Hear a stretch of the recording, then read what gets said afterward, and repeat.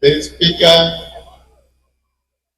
a member representing the good people of Aba South State Constituency, Right Honorable Emmanuel Emerald. The Honorable Member representing the good people of Aba Central State Constituency, the 8th Assembly, Honorable Uchonye Stephen Akachibu. Permit me to use you to reach out to all the members of the House of Assembly, both serving and retired. The honorable member that represented the good people of Aba North and Aba South Federal Constituency, Honorable Chimobi Ihaichukwu Ebisike.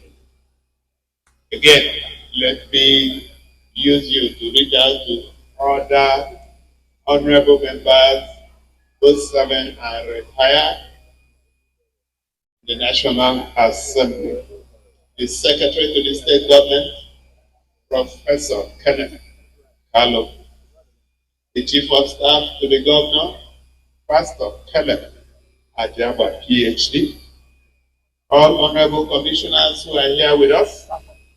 Let me use Honorable Commissioner Prince Oke Kano, Commissioner for Information, to reach out to all of you.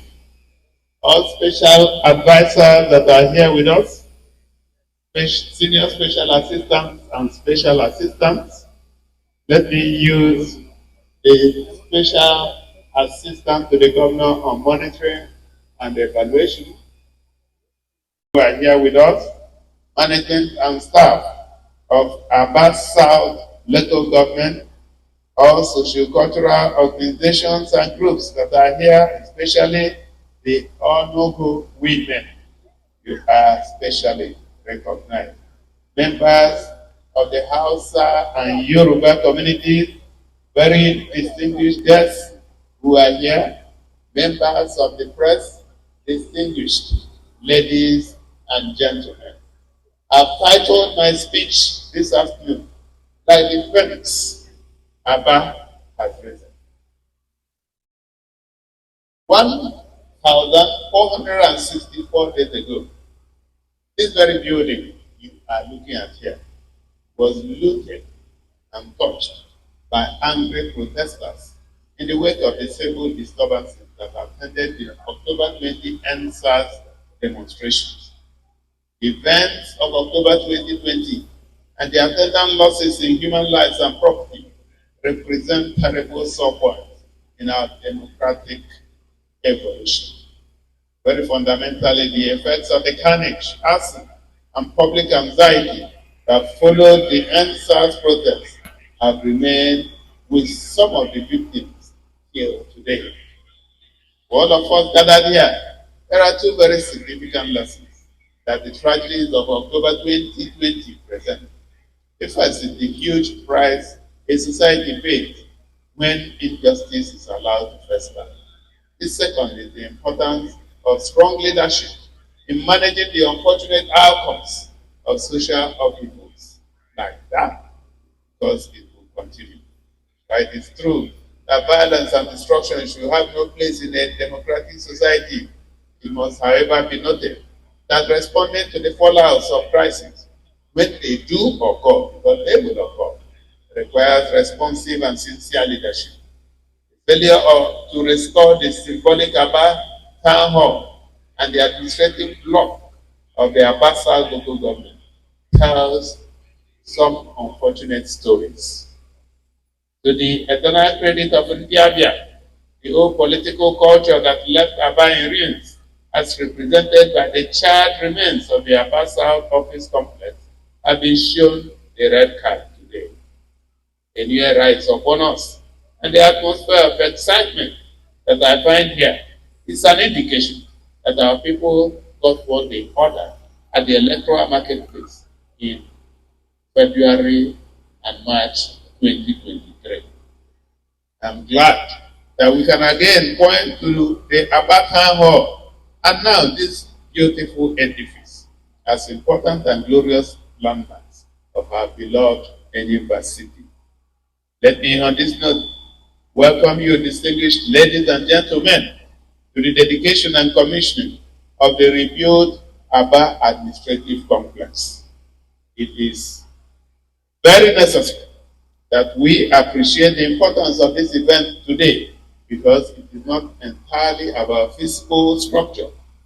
What it is, while it is proper that we applaud the craftsmen and engineers whose technical ingenuity gave rise to this edifice, our gathering this afternoon is essentially in celebration of a new leadership culture, one that places service to community above individual archetypes of the leaders. The rebuilding of this facility did not happen because there was a financial windfall to the council. If anything, the high cost of materials could have derailed the completion of the project, particularly in record time. The difference between today and yesteryears is that we now have a leadership that appreciates the historical and social importance of these facilities. It is about the commitment to see that the vandalized structures are rebuilt to support the productivity of the staff who had operated in makeshift offices over the last 4 years. Today's event speaks to the determination of the mayor of Aba South LGA, Uche Woku, and his team to provide the right ambience for effective service delivery to members of the public. This project aligns perfectly with the rebuild and restore agenda of the state government, especially in Aba, where we have committed billions of naira in the reconstruction, rehabilitation, and retrofitting of public infrastructure, especially roads. Our vision is to remake Aba into the leading regional destination for investments, family life, and leisure. While we are still far from the target we set for ourselves, we are nevertheless satisfied that in the last 17 months, we have moved with purpose and dedication, leaving no one in doubt that we are focused and deliberate in the pursuit of our governance agenda. Aba has become one of the cleanest urban destinations in the country, the exact opposite of what it was before May 29, 2023. Sanity is returning to public places, especially at the road junction, following our insistence that housing and other negatively disruptive activities shall have no place in the new area. We are also deliberate in clearing abandoned drainage pathways to create free channel for rainwater. Our effort in this regard has drastically cut down the menace of flooding and improved public safety, especially at the peak of the rainy season. As a government, we understand that without effective security, the best governance initiative will reduce to nothing. We have therefore gone ahead to prioritize the setting up of a robust security architecture for this city through staged but very effective operations. Several criminal hideouts have been raided, and the clear message sent that if you are involved in any criminal activity, this place or any part of Abia, for that matter, is clearly not for you. We have supported the security agencies to regularly patrol all parts of the city as a confidence building measure and to respond to any threats or security breach anywhere. I will not fail to acknowledge that there are still pockets of troubles that occur at irregular intervals. But I can assure you that we are not resting on our oath. Our target is to bring the crime rate in this city in particular and the state in general to the barest minimum level. I'm glad to report that these efforts are yielding very impressive results. Just this October, the National Bureau of Statistics listed Abia alongside Lagos and FCT as one of the major magnets of foreign direct investment in Nigeria over the past 12 months. This is no mean feat, considering that in the first 6 months of 2023, data from the same agency indicated that Abia was in the same league with 27 other states that had zero inflows from foreign investors.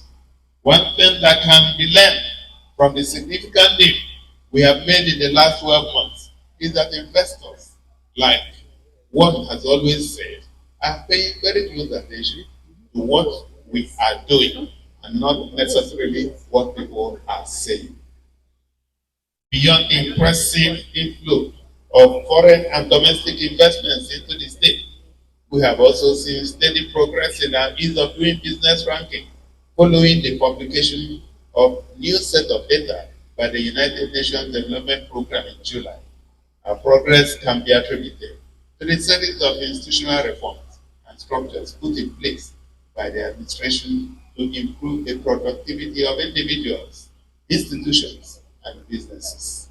We have created new pathways to support property acquisition by genuine investors, cutting down fraudulent practices and opacity in the process of selling or acquiring land for business or private purposes in all parts of the state. On the strength of the reforms introduced in the State Ministry of Lands and Housing, applicants can now track the progress of their applications and know exactly when their relevant certificates and approvals will be out. It is gratifying to say that because of the trust the public has in us, we are also seeing steady improvement in the generation of internal revenue. More businesses and individuals are now mindful of their statutory obligation regarding the payment of taxes and government-approved levies. This process has also been helped by the rapid digitalization of the entire spectrum of the internal revenue framework to enhance accountability, transparency, and ease of administration. Our target is to continue to expand the tax bracket without overburdening our community of productive and entrepreneurial individuals, because ultimately we want both the government and the people to benefit from the fruits of higher social prosperity. As I conclude, let me commend the Mayor of Aba South Local Government, Chief Uche Wogu, for his commitment to the successful completion of this project in record time. It takes great managerial ability to accomplish what you have done, and anyone who works or visits the newly rebuilt offices for official transactions will bear eloquent testimony to your great work as a mayor. Thank you for contributing to the success of the new Abia by restoring these very important landmarks, and millions of us will remember these with great nostalgia, and also instructed him to ensure that the external works around this place, including paving stones and the greenery, will happen in the next 14 days.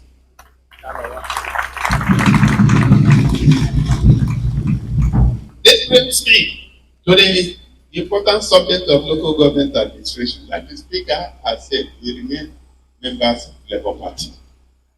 And we acknowledge that there are challenges and problems in the Labour Party, but we remain members of the Labour Party. The Abia State Independent Electoral Commission shall, in about 9 days from today, conduct elections for mayoral and councillorship positions in 17 local government and 184 wards in the state, respectively. Effective administration of the local government is very important for our holistic development agenda, including what we have done today.